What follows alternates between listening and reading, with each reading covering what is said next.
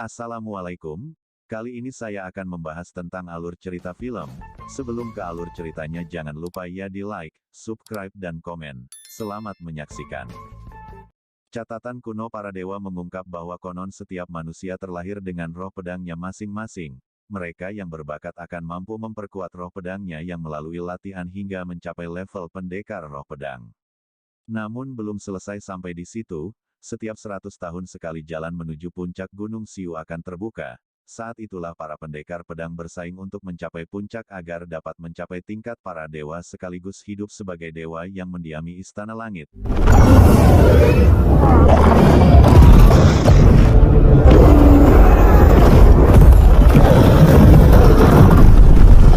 Namun hal mengejutkan terjadi. Rupanya ada satu pendekar pedang yang terlalu sakti menghajar naga salju dengan mudahnya hingga sang naga terkapar tak berdaya. Setelah itu pendekar api tersebut segera menaiki jalur pendakian menuju puncak Gunung Siu untuk menjadi dewa. Dan singkat cerita 100 tahun telah berlalu, pada suatu malam yang indah di ibu kota kerajaan, seorang pria yang bernama Tizian yang terkenal lemah karena tak memiliki roh pedang. Kali ini ia sedang berbincang dengan sahabatnya tentang impian untuk melakukan kultivasi sehingga menjadi dewa yang tinggal di istana langit dengan nyaman dan santai. Sementara itu di tengah jalan terlihat seorang pendekar wanita terbang dengan pedangnya lalu dihadang oleh pendekar wanita lainnya dengan berbaju merah hingga terjadilah pertarungan sengit.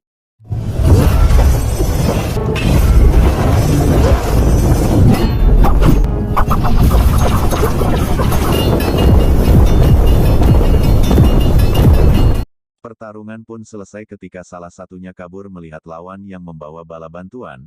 Pada akhirnya si pendekar merah mengunjungi gurunya yang bernama Guanzi yang memiliki roh pedang harimau. Dengan ceroboh salah satu murid masuk tanpa izin hingga seluruh jiwanya terserap oleh sang guru yang sedang berlatih menaikkan tingkat kultivasinya. Tak lama kemudian sang guru membeberkan pada salah satu murid kepercayaannya, bahwa ia ingin menjadi dewa namun membutuhkan pedang Fensin untuk membantunya mencapai tingkat kultivasi tertinggi agar dengan mudah dapat melewati jalan menuju dewa di puncak Gunung Siu. Singkat cerita keesokan harinya di desa kelahiran Tizian datanglah para pendekar pedang tingkat rendah yang berakhlak buruk. Mereka menindas rakyat agar bekerja untuk memenuhi kebutuhannya. Salah satu gadis yang bernama Xiao Xiao sedang membela ayahnya. Pendekar jahat pun kesal dan ingin membunuhnya. Tapi untung Tizian datang tepat waktu untuk membela seluruh orang-orang desa. Walaupun dikenal lemah Tizian tetap nekat menantang para pendekar, yang mana hasilnya ia justru kalah telak. Saat hampir terbunuh tiba-tiba datang dua pendekar pedang tingkat tinggi yang kebetulan saja lewat, dengan mudah para pendekar jahat dikalahkan, setelah itu kedua pendekar tersebut pergi tanpa basa-basi. Di tempat berbeda di dalam sebuah gua terpencil rupanya si pendekar merah berhasil menjalankan misi dari gurunya untuk menemukan pedang Fensin. Tapi rupanya tanpa diketahui, dua pendekar yang sebelumnya menyelamatkan Tizian pun berhasil sampai ke sana. Semua memperebutkan pedang Fensin karena siapapun yang berhasil mengambil pedang tersebut maka akan langsung mendapatkan pedang tingkat tinggi dan terkuat yang mana akan sangat membantu saat menghadapi rintangan di puncak Gunung Siu untuk menjadi dewa. Tapi untuk mengambilnya tidaklah mudah, pedang Fensin dijaga oleh roh api suci yang sangat kuat, hingga satu persatu anak buah si pendekar merah musnah tak tersisa, karena hanya orang terpilih yang dapat memilikinya. Sementara itu di tempat berbeda Tizian nekat bertualang seorang diri ke Gunung Siu agar menjadi lebih kuat dan semakin dekat dengan tujuan yang menjadi dewa. Di tengah perjalanan Tizian teralihkan perhatiannya pada sebuah kristal bagus dan saat itu tiba-tiba makhluk mengerikan mengejarnya tanpa henti. Tizian terus berlari hingga tanpa diduga ia masuk ke dalam gua di mana pedang Fensin berada.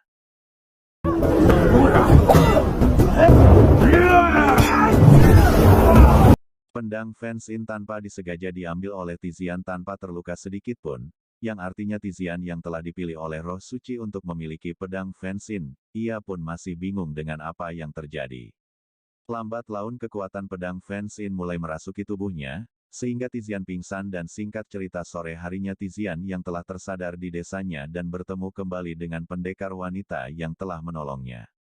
Di situ Tizian menanyakan semua kebingungannya, pendekar wanita yang bernama Putri pun menjawab, lalu menawarkan diri untuk membantu Tizian mengendalikan dan memahami kekuatan dahsyat dalam dirinya. hari-hari pun berlalu hingga tibalah mereka di sebuah gua misterius untuk melanjutkan pelatihan. Namun ternyata tanpa diduga muncul sosok iblis roh pedang hitam yang menyerang. Rupanya monster tersebut dulunya adalah pendekar pedang sakti yang melatih diri menguasai roh pedang hitam, tapi yang lebih mengejutkannya lagi. Monster tersebut ternyata adalah ayahnya putri yang bernama Feng Zi. Setelah menyadari hal tersebut Tizian segera mengerahkan kekuatan api sucinya untuk menetralisir aura iblis sehingga putri pun dapat berkumpul kembali dengan ayahnya. Tak lama kemudian Feng Zi berkata, jika Tizian yang dipilih oleh roh api suci untuk memiliki pedang Fensin, artinya dia adalah orang pilihan langit yang langsung diberikan roh pedang tingkat 6 atau tingkat tertinggi. Sedangkan di dunia ini orang dengan roh pedang tingkat 5 saja sudah sangat langka, karena ketika mencapai tingkat 6 maka jalan untuk menjadi dewa sudah semakin terbuka di depan mata. Setelah itu Feng Zi dan putri segera membantu Tizian untuk melatihnya dengan cara sesingkat-singkatnya dengan metode yang cukup berbahaya.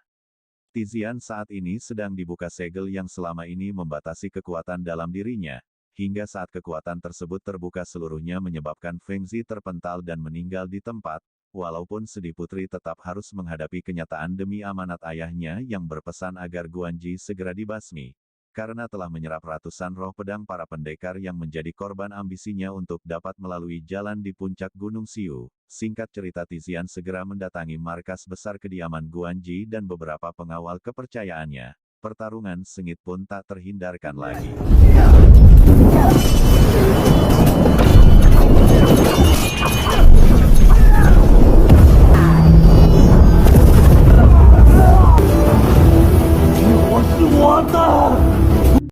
Walaupun pada akhirnya Tizian harus kabur dibantu oleh putri daripada dirinya harus kehilangan roh pedang akibat jurus terlarang milik Guanji, Tizian pun pingsan selama beberapa jam di kediaman putri.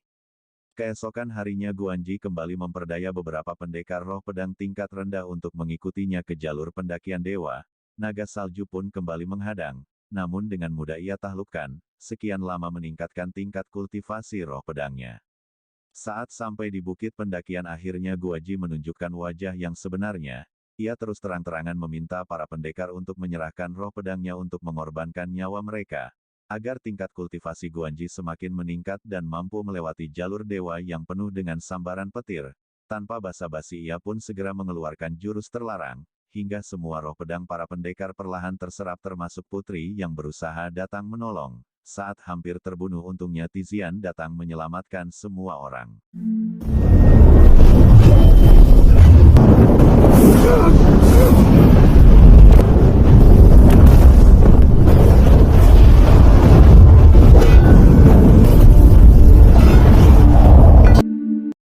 Frustasi akibat kekalahannya, Guanji tetap nekat mendaki jalur dewa, tapi tanpa waktu lama petir terus menyambarnya hingga musnah tak tersisa. Yang mengejutkan adalah tak lama kemudian datang sosok seorang sakti penjaga jalur dewa. Dia adalah dewa agung yang kesaktiannya tak perlu diragukan lagi, tapi rupanya dewa tersebut berhati iblis. Ia senang menggagalkan dan membunuh para pendekar agar dapat menyerap roh pedang mereka sehingga tingkat kultivasinya sebagai dewa pun semakin tinggi dan naik kelas di antara para dewa. Mendengar hal itu Tizian pun mengamuk dan tanpa basa-basi menghancurkan jalur pendakian dengan segenap kekuatannya. Sang dewa terlihat musnah tapi ternyata tidak. Tizian menyadari bahwa yang barusan hanyalah bayangan sang dewa. Sedangkan saat ini sang dewa sedang melampiaskan amarahnya ke penduduk desa dengan menjambarkan petir seolah sedang bermain dengan nyawa umat manusia. Tizian dan putri berusaha menolong semampu mereka, tapi semua nampak sia-sia, karena terlalu banyak yang harus diselamatkan. Dalam keterpurukan disitulah kekuatan terbesar Tizian bangkit hingga perisai suci pun ia kerahkan. 只要你肯献出净红，臣服于我。好大的口气！ Pada akhirnya Dewa Agung terkejut saat Tizian bertransformasi menjadi pendekar roh api suci kekuatan melebihi dewa. Sang dewa jahat pun musnah. Dan dari situlah Tizian melihat aura iblis yang ternyata sudah menyelimuti istana langit. Ia pun segera menerjang untuk membasmi semua iblis dan tiba-tiba film pun berakhir. Gimana menurut kalian alur cerita film ini? Kalau kalian suka komen ya. Terima kasih sudah menonton dan semoga menghibur kalian semua.